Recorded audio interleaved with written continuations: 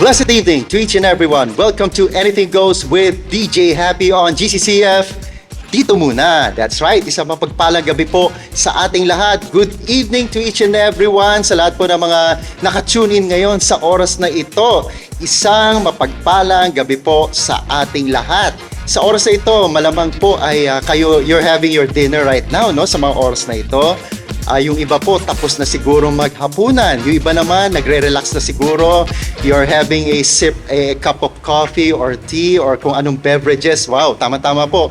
Summer pa rin po ngayon na kahit umuulan po, mainit pa rin ang panahon. Kaya relax lang po tayo. Tulad po ng panonood natin dito at pakikinig sa programang ito na Anything Goes with DJ Happy on GCCF. Dito mo po muna tayo. Alright. So, sa gabing ito, maraming salamat po muna sa bumubuo po ng Anything Goes na program na ito. Unang-una po ang Central United Methodist Church, headed by ng New Ministries Chairperson natin, si Ms. Mara Panganiban, si Mr. Jen Mendillo and EJ Mahipus ang aming executive producers, si Mr. Ryan De La Serna ang aming director, si Mr. Sean Abela ang aming multimedia chairperson. Last but not the least, of course, ang administrative pastor po na Central United Methodist Church. Walang iba po kundi si Reverend Rani Jacinto. Maraming salamat po at sa inyong patuloy na pagsuporta po sa programang ito. Ito po programang ito na Anything Goes with DJ Happy para po sa lahat ito at para po sa Panginoon.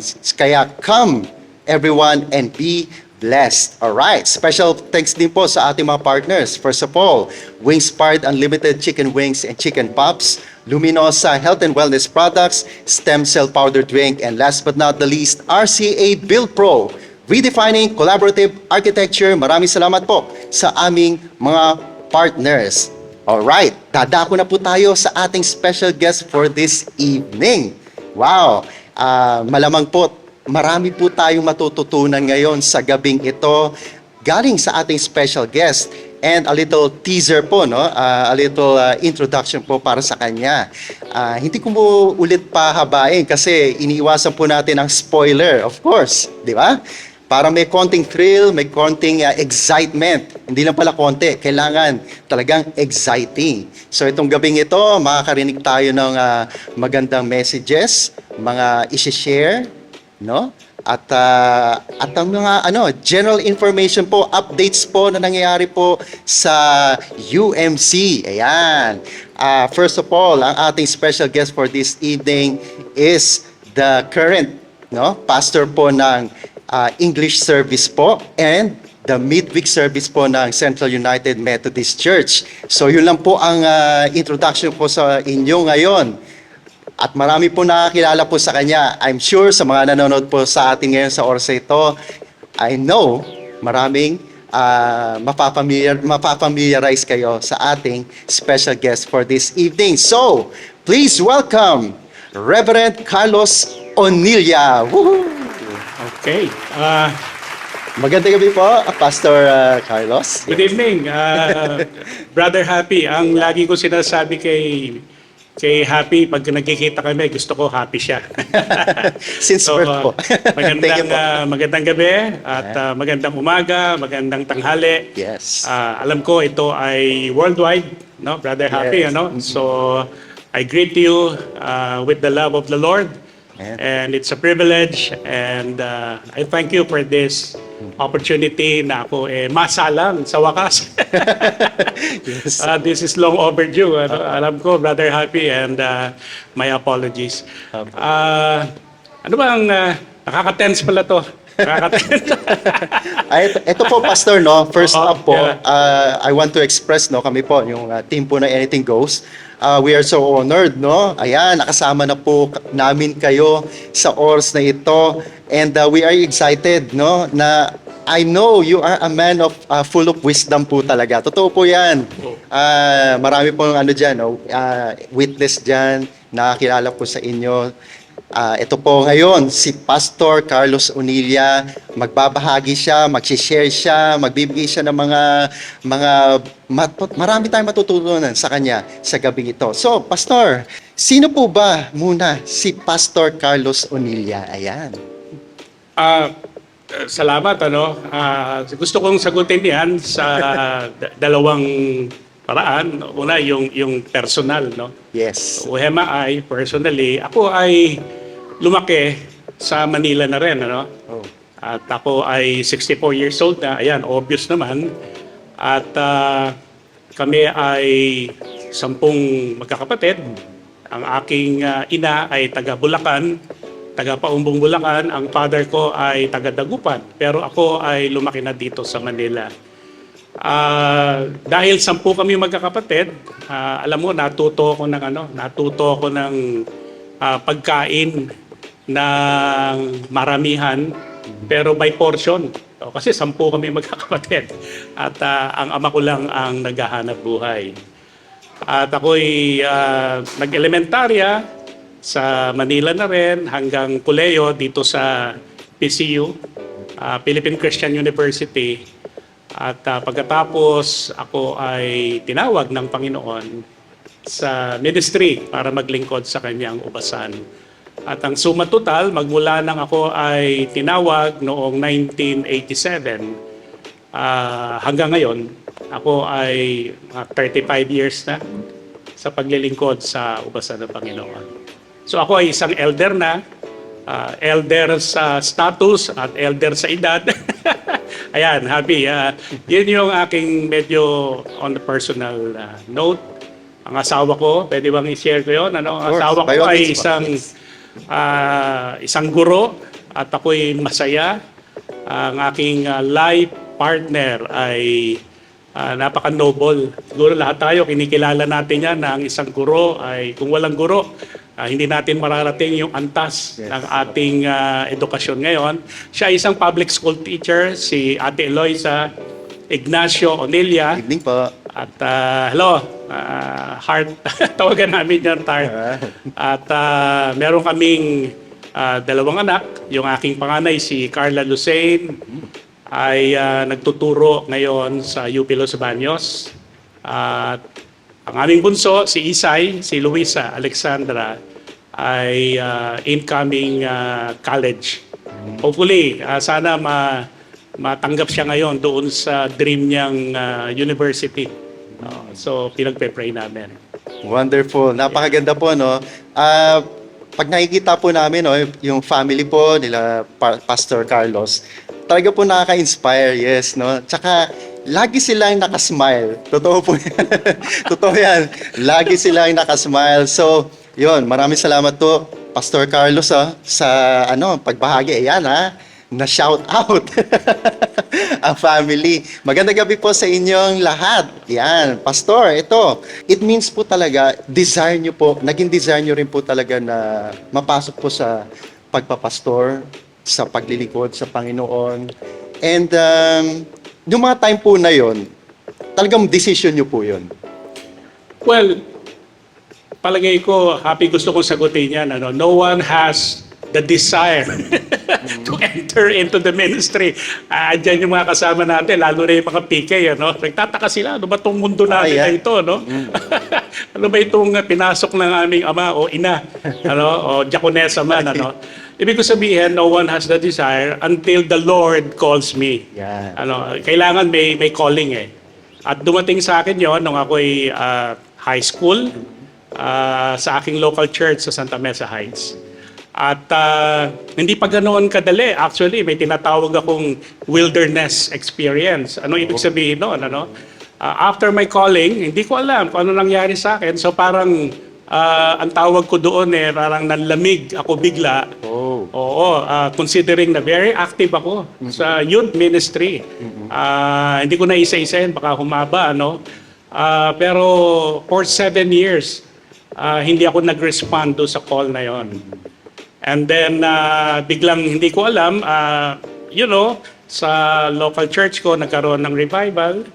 So, to cut the long story short, ako ay na-revive uli. And then bumalik uli yung enthusiasm, yung zeal sa ministry. At ayun, nagsabi ako doon sa aking pastor then na nag-mentor sa akin. Sabi ko, ako po'y gusto ko na uling mag-continue sa aking calling. At ayun, ako'y pinresent uli sa church conference. At alam mo, yung journey ko, happy, just like any other pastor who called into the ministry, meron silang malaking sinakripisyo sa kanilang pag-respond doon sa call ng Panginoon. Ano yon? Kasi by that time, ako ay nasa PLDT na, nagte-training, as computer programmer. Sabi nga nung mga kapatid ko, magpapastor ka rin pala, ba't pinatagal-tagal mo pa? Oo, 7 years. Sabi ko, ba't gusto ko ba yun? Yun yung sinasabi kong, wilderness kasi, paikot-ikot, yung kuleyo. Kahit nga yung college ko, naapektuhan nyo, parang tawag natin doon, school bukol. Parang, ayun na nga, when the Lord called me again for the second time, yun, dire-diretso na yun. At ginibab ko yun, yung sa PLDT, maraming, hindi madali yun, yung transition maraming nagalit sa akin, lalo na yung mga elderly. Kasi parang lumalabas noon, ako na yung pinakapanganay, ako na yung magiging breadwinner, tapos may sakit na yung mga magulang ko, and then that's it, yun yung ginibab ko. Tapos ako'y pumasok na sa seminary, pinalad naman at nakatapos tayo, tuloy-tuloy, kuleyo sa seminary, hanggang sa ako'y maordinahan ng elder. Ganyan. At ngayon, ako andi dito na ngayon. Well, gusto ko lang mabanggit, happy, yung journey ng maikli, lalo na yung kayo, baka gusto nyo magpastor. Yan, Magdalawang isip kayo. Hindi. Mamaya, medyo may babanggitin ako dyan. My journey or our journey, those pastors who respond to the call into the ministry, it's hard. Halimbawa ako, katulad ng mga kasama ko dito na pastor, simula talaga kami from the beginning. Ibig sabihin, mission work.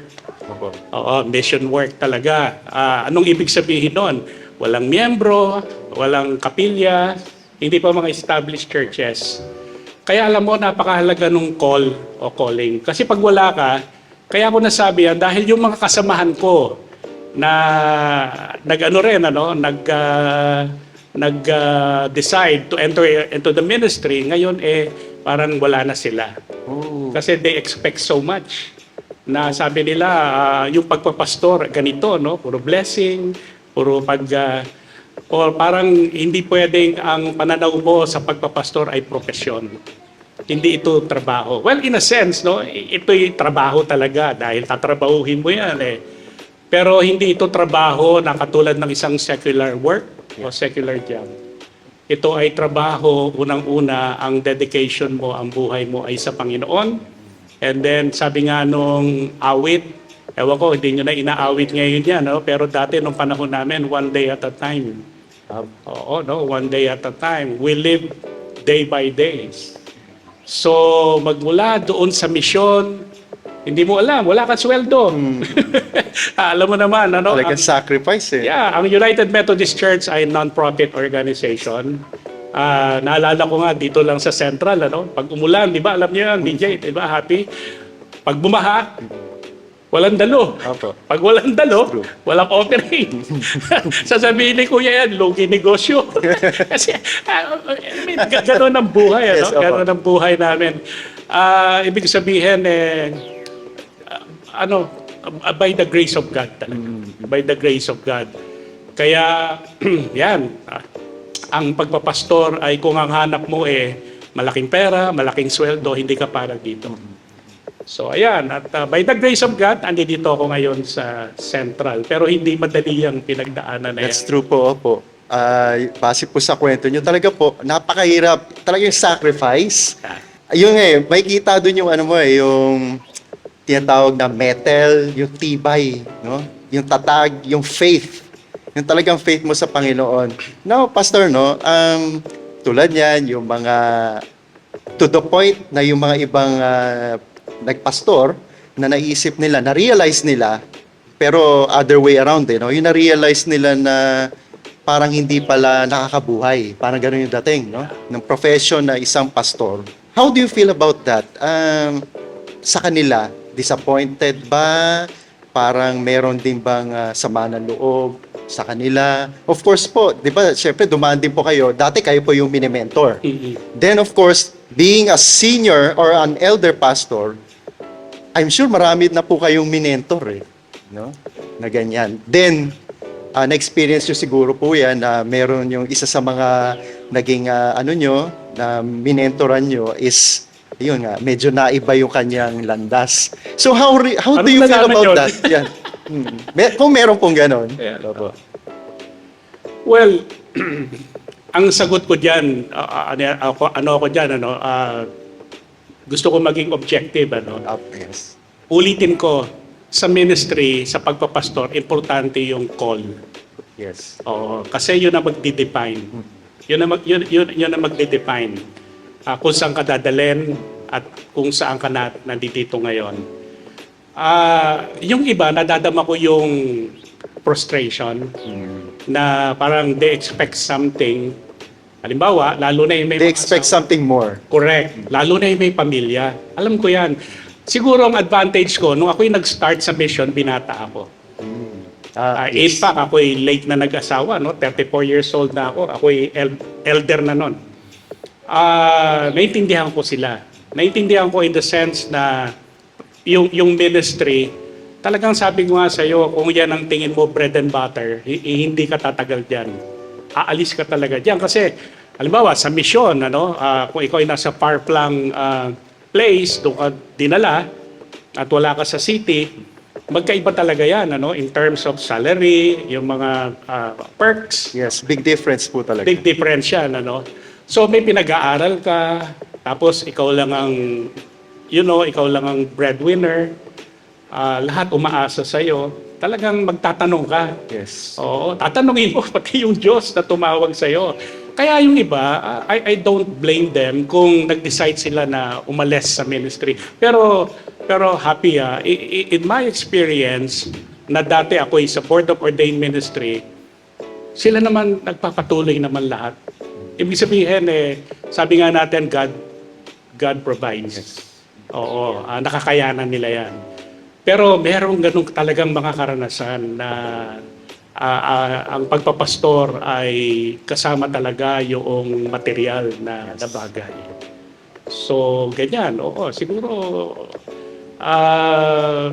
sabi ko nga sa iyo, ako, narating ko ito dahil naniniwala ako, katulad nung balikan ko lang yung sinakripisyo ko yung PLDT, Yung uncle ko kasi may posisyon sa PLDT. Siya yung nagbigay ng telegram sa akin.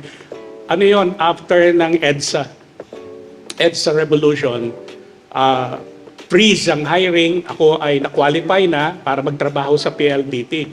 At that time, ang PLDT parang San Miguel Corporation yan, di ba? Ang daming benefits yan. Tapos natanggap nung uncle ko yung telegram, kinausap ako personally, sabi niya, eto na, kumbaga, eto na yung bubuhay sa inyo, ikaw yung papalit sa tatay ko, may nagbalik na ako sa ministry nun So yung conversation namin, natapos na galit na galit siya sa akin. Sabi niya, kasi yun may anak na magpapare. 1 taon na lang, i-ordain na.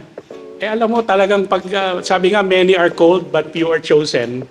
Yes. Hindi natuloy sa pagpipriest. So tuwan-tuwa siya. Kasi panganay, anyway, nung pagdating sa akin, sabi niya, pwede ka naman magsimba na lang. Di ba pwede yun? Pwede ka naman mag-choir. Sabi niya, ba't kinakailangan mag-pastor ka ba? Sasayangin mo ba to? Sasayangin mo to? Ito yung telegram talaga kasi nakalagay doon, report immediately sa Makati General Office. Oo, eto sasayangin mo to. Alam mo, sabi ko sa kanya, hindi ko makakalimutan, and this is my testimony. Sa journey ko sa ministry, kinote ko yung sa Psalms. Sabi doon, sabi ko, alam niyo po, Uncle, walang naglingkod sa Diyos na nagtapat sa Kanya na pinabayaan ng Diyos o naging hampas lupa. Pinagkulang. Yan. Pinagkulang ng Diyos. And that is my testimony. Alam mo, sabi niya, pinunit yung telegrama sa harap ko. Ginanon sa akin, sabi niya, bahala ka na. Alam mo, hindi, sabi nga sa'yo, kung babalikan ko, pagpapastor pa rin, kahit may delay. Same, yeah. Same pa rin, ito pa rin ang pipiliin ko. Sapagkat So no regrets, no? No wala, regrets. Wow. wala talaga. Wala. So yun, iba-iba kami ng context, iba-iba kami ng pinanggagalingan, pero iisang karanasan. Ano yun? Dadaanan mo lahat yan. Dadaanan mo lahat yan, ano? Si Ate Eloisa mo, nung nadistino ako sa church nila, mission church yun, naka-organize pa lang. Oo, may kasama akong diakonesa, kapatid ko pa. Mas matanda sa akin, may anak. Binata pa ako noon. Biro mo, yung offering, just to show you, sa viewers, ano, sana may nakikinig ngayon na parang gusto magpastor, ano. Yan, take note, mga viewers. Ma-affirm, ano. Biro mo, kunyari, ang offering ay 1.5 kasi maliit lang yung simbahan. Paghahati-hatian naming tatlo yon, yung 1.5. That was 1993. Yung kapatid ko, siyempre, may pamilya yon. O sasabihin ng treasurer, si Eloisa yung treasurer. Si Mrs. yung treasurer. Siya yung ingat yaman. Puro ingat lang, walang yaman. Kasi yung church, mahirap eh. Anyway, edi gano'n, no? Pastor. Tapos yung aming caretaker, at tawag ko, pag kumatok yun, Sunday afternoon, pag kumatok yun, nininervous na ako. Alam niyo na po. Kasi mag-a-advance. Pastor. Pa-advance po, maraming anak. So ano gagawin mo doon sa 1.5? Yes. O sabi ko, sige, ganito na lang, Eloisa, ganyan. O, bigay mo kay ganito, bigay mo. Ano yung matira sa akin? So ganoon, kung wala ka talagang call, alis ka na. Yes. Alis ka na, imagine. Tapos doon kami kinasal ni Eloisa. Sabi ko nga, God is good, God is great, and by His grace alone. Kaya nandito ako sa Central ngayon. Amen. Wow. Ano, Very very inspiring po talaga, Pastor, no? Yung binahagi mo. Talagang ngayon ko lang rin talaga na nalaman niya na yung ganyan ka-detail na shinare mo na life story mo po. Ito po, Pastor, no, yung kanina, yung pinag-uusapan natin, yung mga certain pastors na lumipas sa greener pastures. Let's say, nag-iba sila ng profession, parang ganun eh. What about naman po, yung same, pastors pa rin sila, pero hindi naman sila lumipat ng profession, pero parang lumipat lang sila ng ibang grupo. Paano naman po yun? Is there a case na po na gano'n? Na pag inisip nyo naman po, hindi naman po hinahanap nila yung greener pasture eh. Yeah. Hindi rin yung, let's say, yung salary or yung yun nga, yung mas malaki ang ibig sabihin, yung mas maganda yung income, yung mga ganon, no? Bilang sa isang profession na ganon. Pero lumilipat sila with kung ano yung reason na yon. Pero the same pa rin, naglilingkod pa rin sa Panginoon. Pero ibang, why do they have to move to other areas po? Pero the same din naman na naglilingkod. Well, I cannot, to tell you honestly, I cannot speak for them. Hindi ko alam. Pero siguro, ang maisi-share ko lang dyan, Happy, itong recent na event na nangyari sa atin, siguro, alam nyo naman yan, yung mga nakikinig sa atin, may ilang mga pastor, dahil ako'y member ng Board of Ordained Ministry, at ito'y very painful sa akin, na nabanggit mo nga yung mentoring, talagang yan, minsan nga sinasabi ko, Panginoon, nagkamali ba ako? Saan ba ako nagkamali? At nagdesisyon sila ng ganoon, Pero, sinasabi ko nga, kasi sabi mo, hindi ko gustong tingnan na sila ay umalis sa ating denomination for greener pasture. siguro ang one thing I can share, yung mga tinatawag nating teaching differences, no? Yung belief, kahit pare-parehong Methodista yan, ano? May iba't ibang interpretation yan sa Biblia, sa aral ng Biblia, lalo na nga yung pinagpapahalagahan na mga issues ngayon. Ano, at yun yung dahilan. Siguro gusto kong doon tingnan kung bakit sila ay lumipat. At nire-respeto natin yon. Wag lang sana, dito nga katatapos lang ng, pwedeng po sabihin, Yes, conference, ano, ng ating 103rd session. Ano, talagang yung ating obispo, very emphatic talaga siya dyan sa kanyang address. Na sabi niya, pinapayagan naman, nasa disiplina naman na lumipat, umalis. Basta, wag mo lang susunugin yung sabi nga, don't burn the house down. Yes. O kung aalis ka, umalis na. At yun naman. Pero yun lang ang napuna ko. Umalis sila, pero sobra naman yung mga sinabing, paano ba yan? Paninira, yung mga fake news about our denomination. Siguro yun ang dahilan ba't sila umalis. Pero may nadinig ako, Happy, DJ. Ang sabi, medyo magmula isang ordinaryong pastor sa atin, biglang ginawa ng district superintendent. Ano? So, ibig sabihin, sa kabilang denomination, sabihin ko na, ano, yung GMC. Ano? Total, alam naman na yan, ano, yung GMC. Ano? So, may mga pangako. Oo, na may mga pangako. Tapos meron pang mga 7-year guaranteed appointment. Yung mga gano'n. So, siguro yun lang ang gusto kong ma-share doon. Pero ayokong isipin na umalis sila for greener pasture. Kasi sa akin, hindi naman talaga ganoon.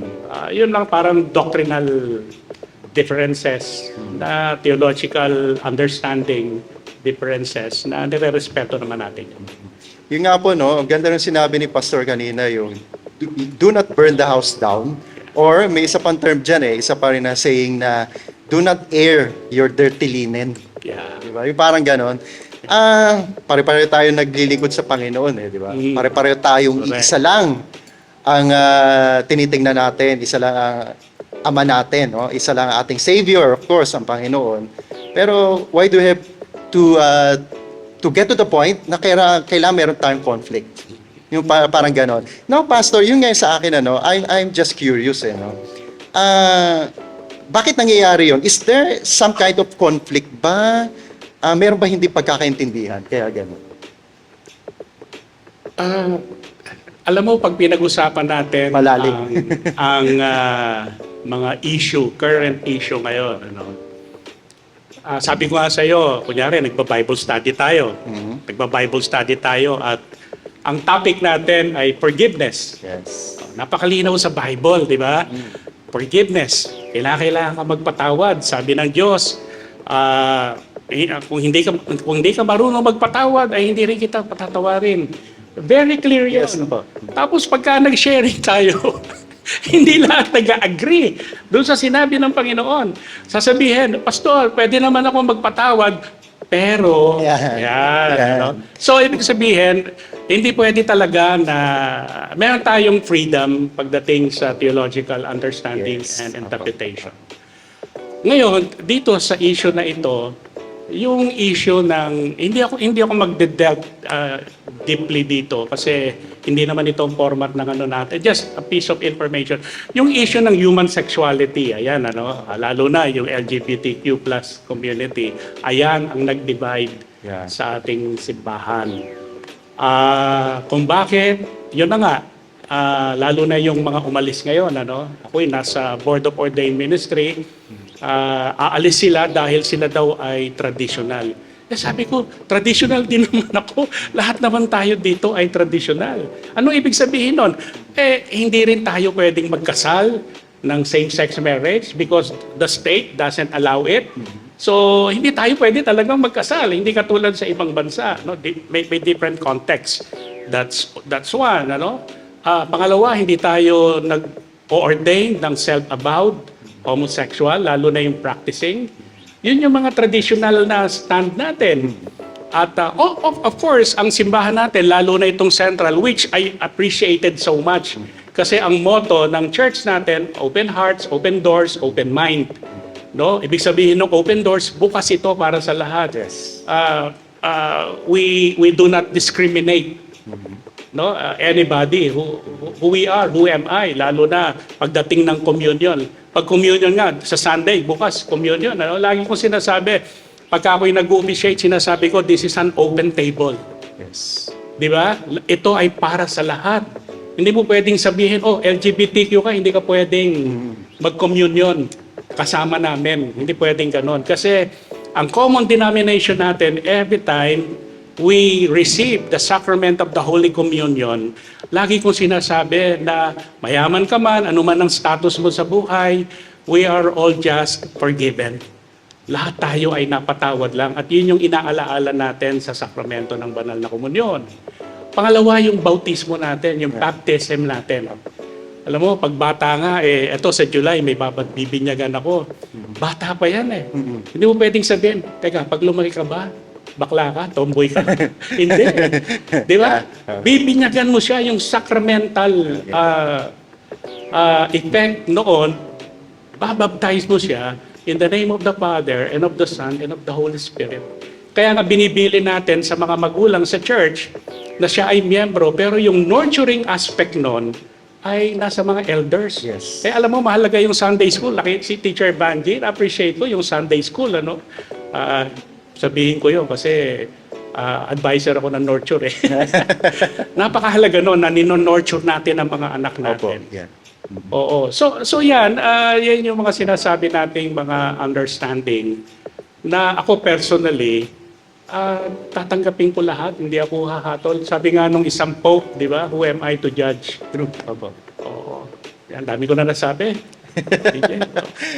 Pero yun nga po, Pastor, anyway, nabanggit nyo rin po yan. So, sa tingin nyo po, one of the big factors yun na kaya parang humihiwalay sila is para ma-push na magkaroon din sila ng privilege at karapatan na para yung pakasal din, same gender, mga ganon. Do you think so? One of the factors din yun. Alin? Yung, Kaya parang humihiwalay yung mga LGBT natin na iba. Pero sinasabi pa rin nila, they are also still traditional. Yeah. Diba? Pero siguro, yun yung gusto lang nila ma-push. Yung magkaroon din sila ng nuptial sa kanila. Same. Kasi hindi talaga pwede. Hindi talaga So, pwede. yeah, Hindi talaga pwede. Hindi pwede talaga. Siguro hanggang doon lang ako, DJ Happy, Opo. na kung nasa community natin, yung LGBTQ community, talagang hindi pwede dito. Kaya yung iba, katulad mo celebrity, punta sila sa Amerika, kung saan accepted yon. Wala. Post pa sa social media. Oo, post pa sa social media. Pero dito sa atin, specifically sa denomination natin, or any denomination, wala talaga, hindi pwede. Sapagkat wala namang batas ang bansa natin na pinapayagan yung ganoong pagkakasal. Oo. So, very well said po, no, Pastor Carlos. Wow, di ba? Oo. Napakalalim po niya, napaka-delicate. Actually, very delicate yan. Yeah. Pero it's an eye-opener to all of us, di ba? Like, tulad nga po niya, lahat naman po tayo ay adults na dito. No? Yung sa lahat ng bagay na pag-uusapan talaga yan eh. We don't have to clash, 'di ba? With anyone. Hindi naman po kailangan tayo merong conflict eh.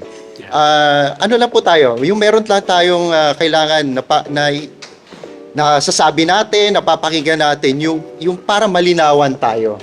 'Di ba? Meron tayong idea, meron tayong mai-share at meron din tayong matututunan, of course, sa lahat. No? Hindi lang po magagaling din po sa amin lang, hindi lang din po magagaling sa mga iba. Pare-pareho po tayo.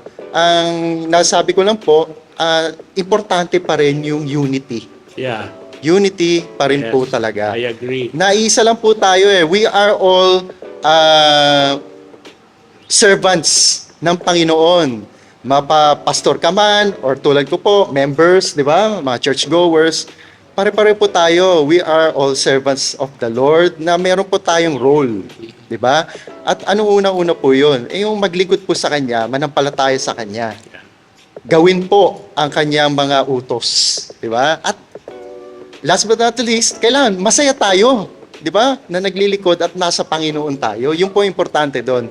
So, i-set aside po natin, no? Ito lang po, no? For my own point of view, i-set aside po natin yung ating mga gustong mangyari na sa sarili natin. Kasi importante po dito yung gusto ng Panginoon. Yes. Hindi po yung gusto natin. Kaya kung alam natin, minsan alam po natin yan na hindi gusto ng Panginoon yan pero pinipilit pa rin. Yeah.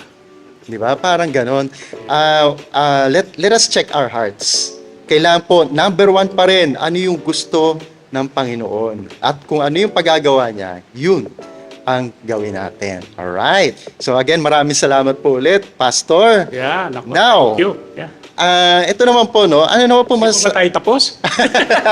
Actually, marami pa po to, Pastor. Okay, joke lang. Sige, sige. Marami Go ahead, po go to. ahead. Ito naman po, Pastor, no?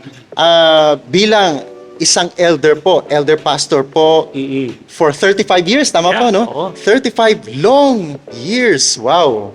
Kung meron ko pong magkaroon ka po ng kakayahan or chance or kung possible po na kaya mo po magpabago.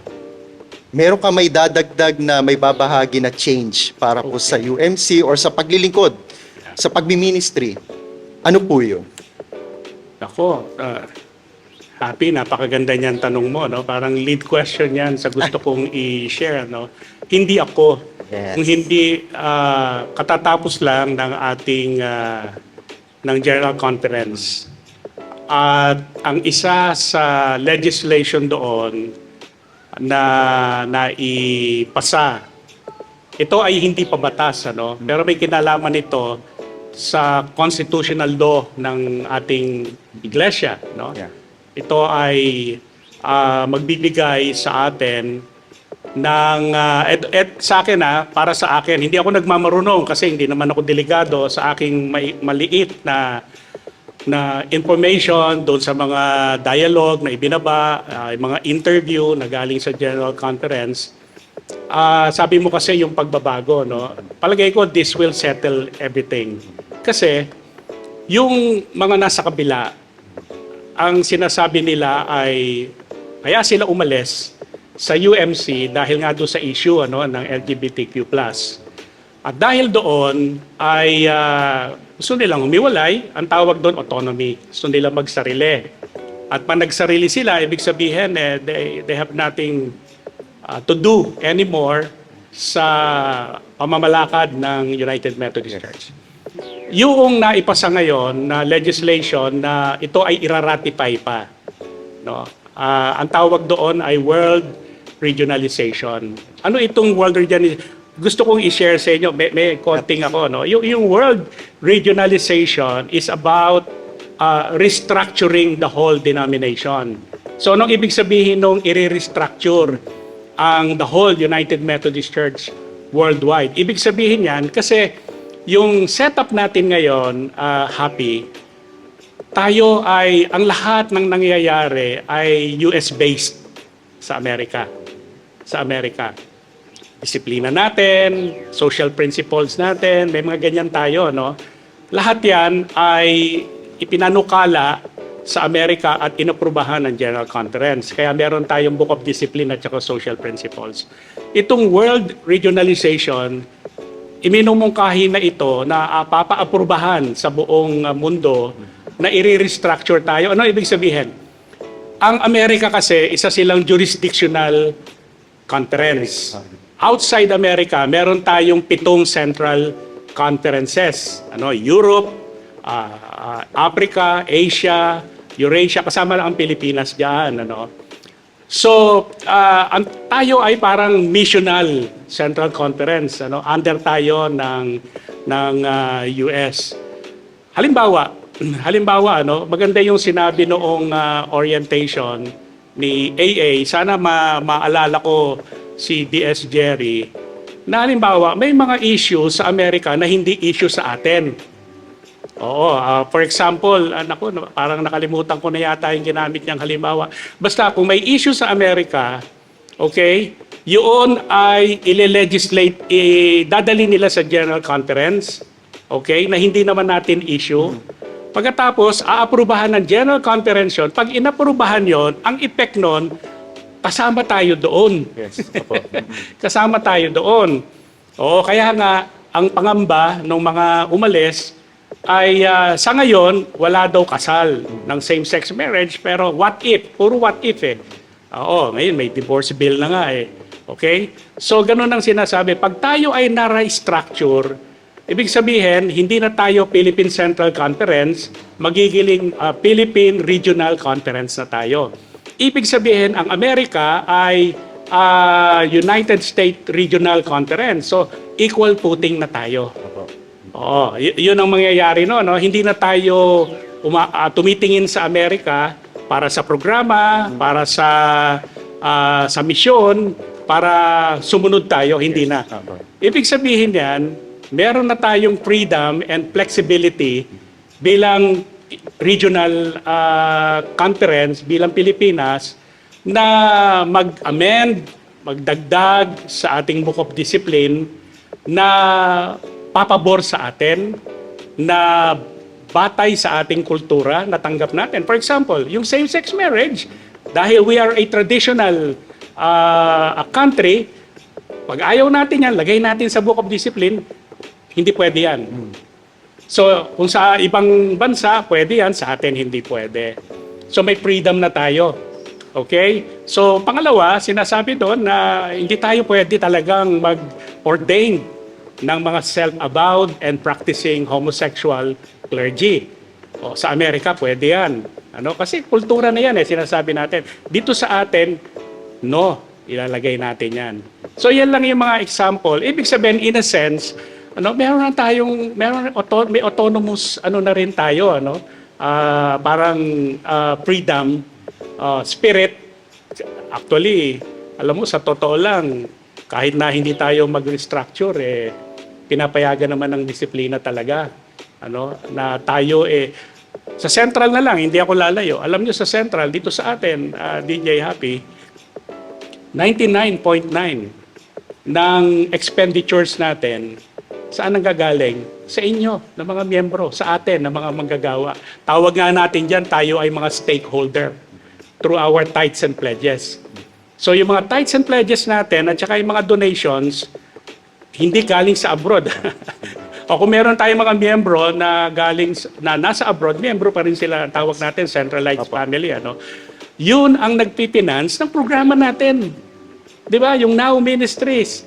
Yung itong building natin na ito, itong building na pinapatayo natin na ito, yung mission natin sa Rosario, lahat ng yan ay galing dito sa atin. Hindi yan pumupunta, hindi galing sa Amerika yan. So in a sense, autonomous tayo.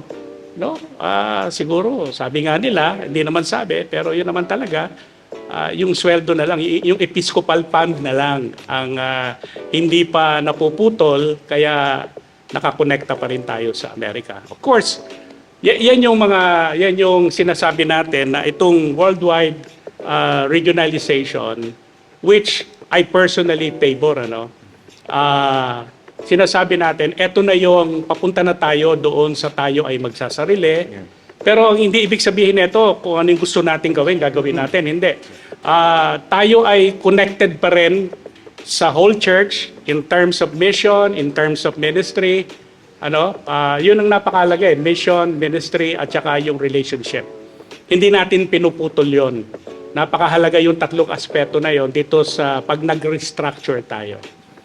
So yun, again, yun lang po yung munting kaalaman ko dito. Ang prayer natin dito, DJ Happy, sana ira-ratify ito sa lahat ng annual conferences. Ang tawag dito ay aggregate vote.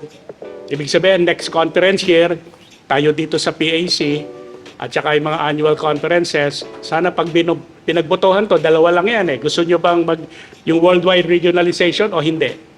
Oo, yung pagka dapat ang manalo ay yung favor sa worldwide regionalization.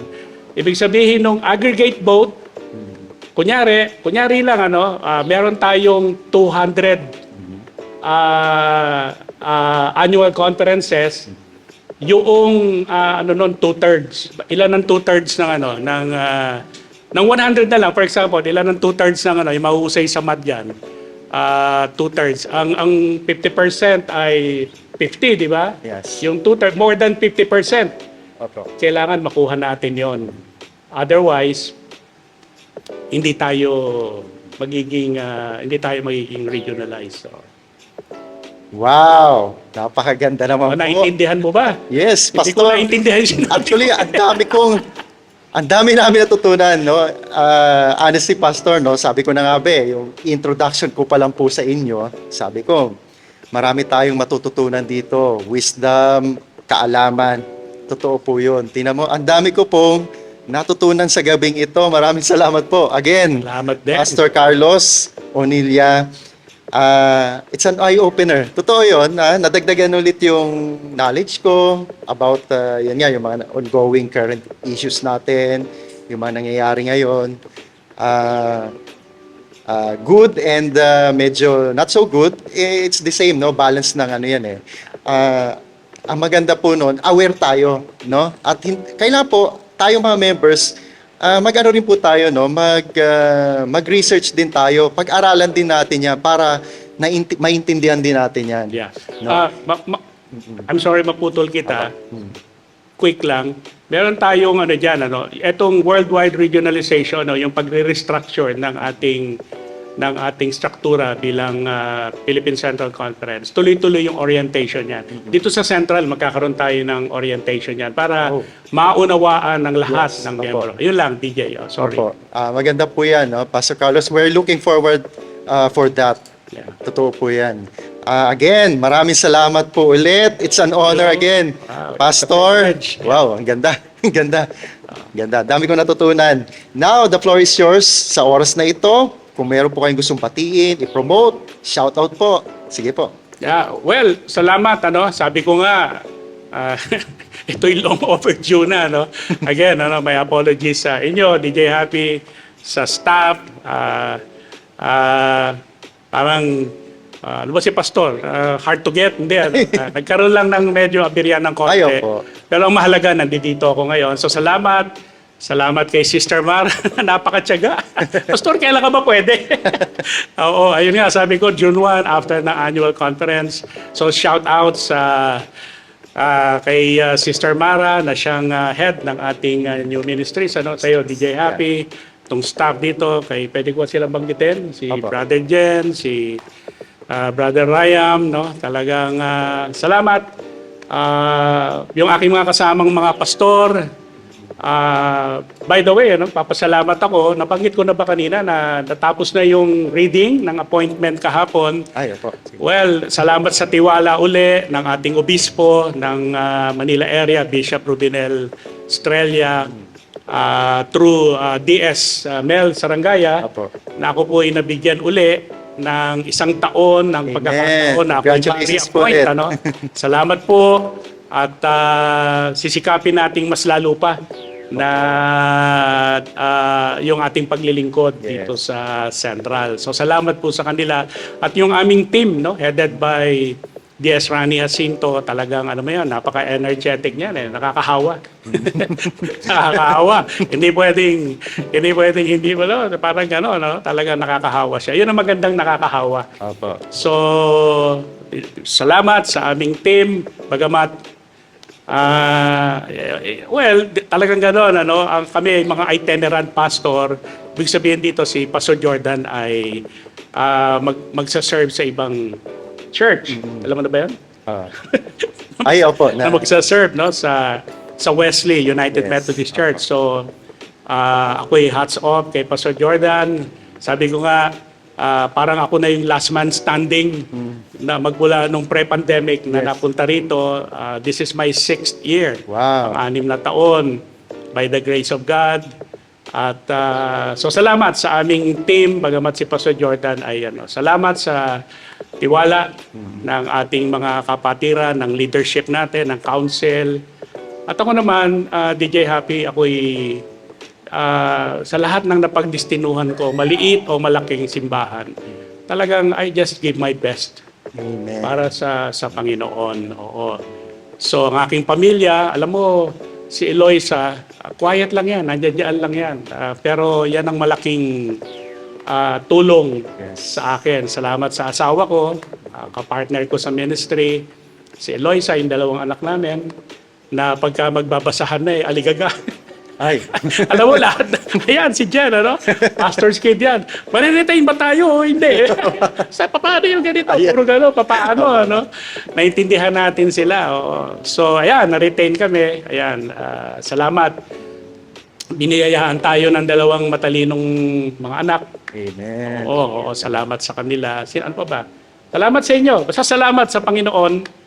Sa kalakasan, marami na rin tayong nararamdaman. Midweek service. Midweek service, oo. Yung mga kapatid natin sa midweek service, salamat po sa inyong support.